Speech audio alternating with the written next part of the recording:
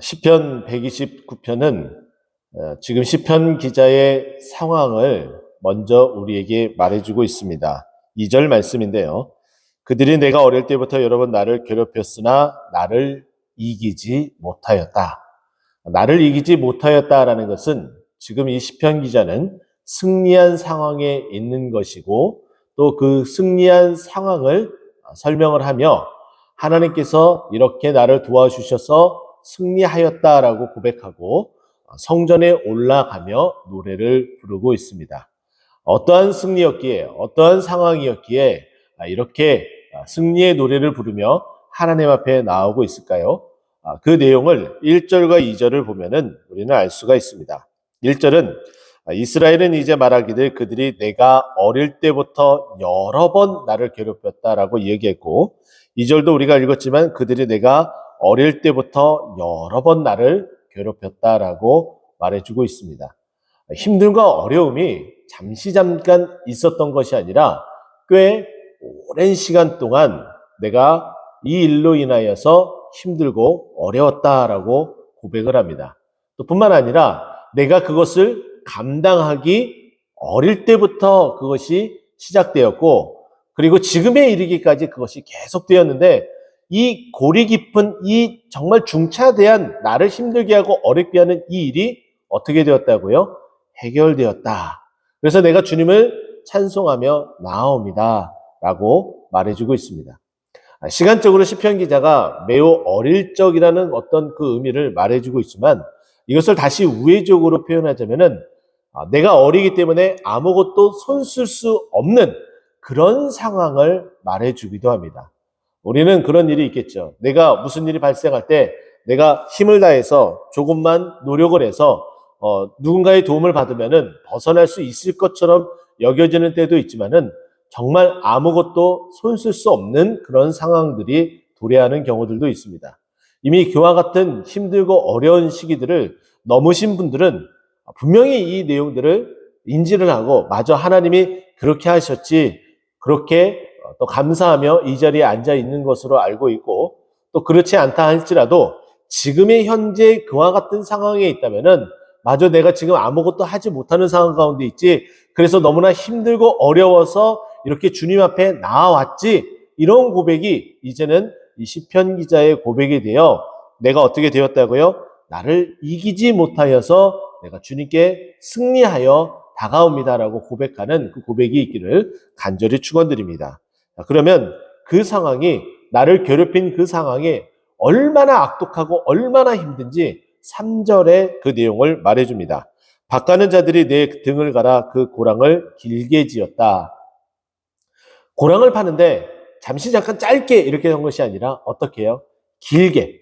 누가 봐도 움푹 패여진 그 고랑의 길이가 너무나 깊어서 이 상처를 어떻게 헤어날 길이 없는 거예요. 그런데 하나님께서 승리케 하시고 그 상처도 어떻게 하셨다고요? 아물게 하셨다라고 우리에게 말해주고 있습니다.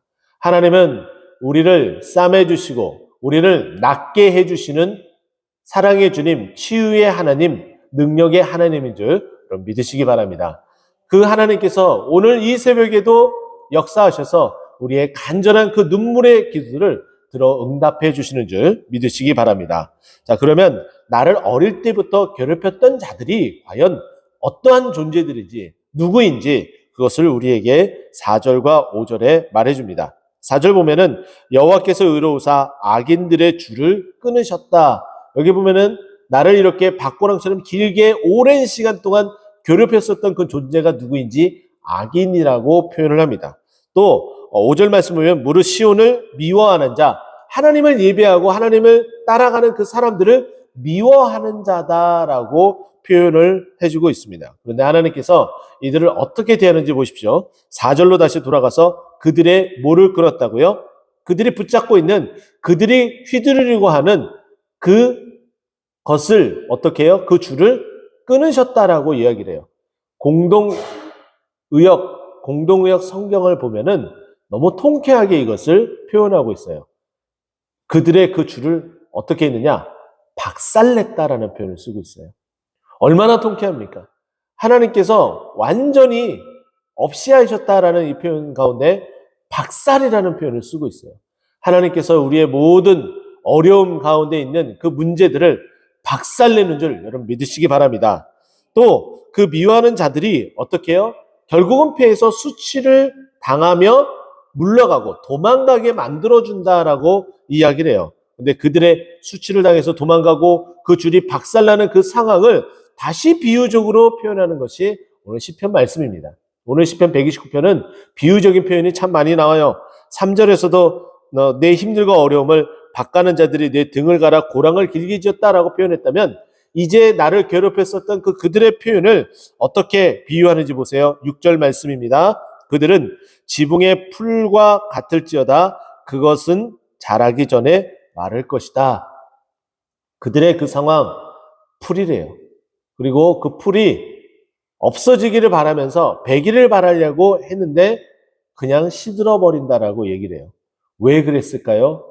그들의 그 전략들은 어떻게 지붕 위에 있는 다 민낯이 다 드러나 있는 그런 상황이고 그리고 의로운 해가 떠오르면 하나님의 강력한 그 해, 그 능력, 하나님께서 운행하시는 하나님의 그 힘이 도달하는 가장 드러내 있는 바로 그곳, 그 기도의 처소에 있는 바로 그곳에 펼쳐져 있는 한낱 풀과 같기 때문에 하나님의 능력이라면 하나님의 그 능력이 임한다면 당연히 다 말라 시들어질 수밖에 없겠죠.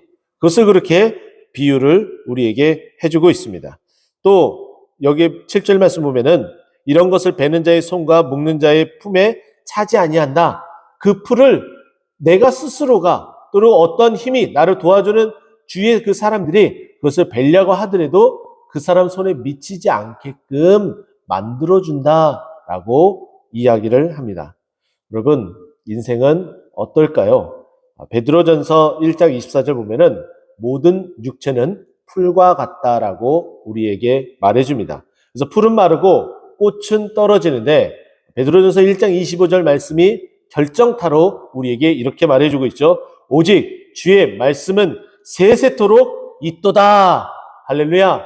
하나님의 말씀이 우리에게 임하면 우리의 육체는 시들고 우리의 영광의 그 꽃도 다 떨어지지만은 하나님의 말씀은 우리 가운데 차곡차곡 쌓여져서 모든 영광 가운데 임하는 줄 여러분 믿으시기 바랍니다. 그래서 말씀과 기도로 우리가 거룩하여지고 말씀과 기도로 우리가 올곧게 서야 된다는 것을 우리에게 말해주고 있습니다.